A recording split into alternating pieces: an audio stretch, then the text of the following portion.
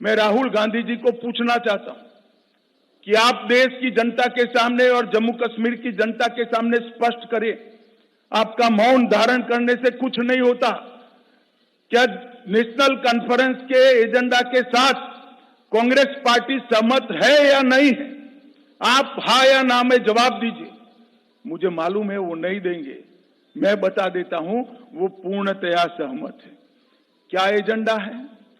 पत्थरबाजी की घटना करने वालों को हम छोड़ देंगे, टेररिज्म के केस में जो जेल में इन पर पुनर्विचार करेंगे, जो टेररिस्टों के सगे संबंधी पर कठोर कार्यवाही की है इस पर पुनर्विचार करेंगे, फिर से 2 झंडे प्रस्तावित करेंगे। क्या कांग्रेस पार्टी ये एजेंडा के साथ सहमत है?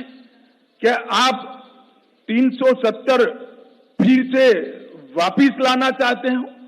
इसकी बात आपने करनी चाहिए। बड़ी दुख की बात है, विगत दिनों में एनसी का एजेंडा मैंने पढ़ा है और एनसी के एजेंडे को कांग्रेस का मौन समर्थन भी मैंने देखा है।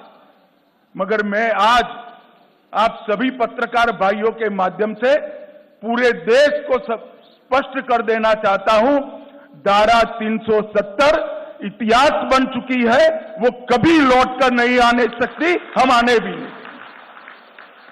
क्योंकि धारा 370 ही वो कड़ी थी जो कश्मीर के अंदर युवाओं को हाथ में हथियार और पत्थर पकड़ाती थी। अलगाववाद की विचारधारा ही युवाओं को विकास की जगह आतंकवाद के रास्ते पर शिफ्ट करती थी। और आज मोदी जी के नेतृत्व में ढेर सारे काम हुए हैं। मित्रों, मैं चुनाव घोषणा पत्र पर आने से पहले कुछ चीजें जरूर कहना चाहता हूं। जम्मू कश्मीर में सबसे बड़ी जरूरियात थी शिक्षा की। लगभग 10 साल में 59 कॉलेजों को मान्यता मिली है। 30 कश्मीर डिवीजन में और जम्मू डिवीजन में 29, 16,000 छात्रों की प्रवेश क्षमता जोड़ी गई। न्यू एजुकेशन पॉलिसी के तहत आओ स्कूल चले अभियान हमने आगे दिखाया है, बढ़ाया है। 45 अटल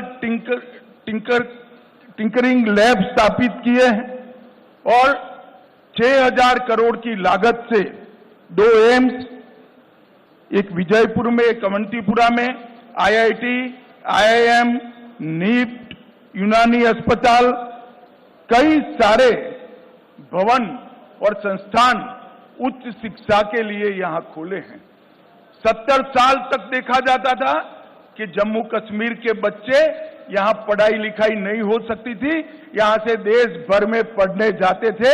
आज देश भर के बच्चे जम्मू कश्मीर में पढ़ने के लिए आ रहे हैं और एक अच्छा संदेश लेकर देश में जा रहे हैं। आजादी के समय से हमारी पार्टी के लिए जम्मू कश्मीर का ये भूभाग बहुत महत्वपूर्ण रहा है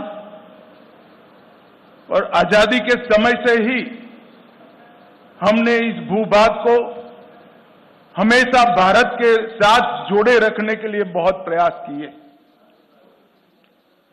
पंडित प्रेमनाथ डोगरा के आंदोलन से लेकर श्यामा प्रसाद मुखर्जी की शहादत तक ये पूरा संघर्ष पहले भारतीय जनसंघ और फिर भारतीय जनता पार्टी ने आगे बढ़ाया, क्योंकि हमारी पार्टी मानती है कि जम्मू कश्मीर हमेशा से भारत का हिस्सा है और रहेगा, इसमें कभी कोई संशय नहीं रहा। मगर कई साल हो गए, 2014 तक जम्मू कश्मीर पर हमेशा अलगाववाद की परछाई रही, आतंकवाद की परछाई रही। अलग अलग स्टेट और non state actor Jammu Kashmir को अस्थिर करते रहे और सभी सरकारों ने एक प्रकार से अपीसमेंट की पॉलिसी से जम्मू कश्मीर को डील किया। 2014 से लेकर 2024 का ये कालखंड, जब भी जम्मू कश्मीर और भारत का इतिहास लिखा जाएगा, जम्मू कश्मीर के लिए स्वर्णिम अक्षरों से अंकित किया जाएगा, ऐसा मेरा बहुत स्पष्ट मानना है। If you like this video, then like, share and subscribe to Mirror Now.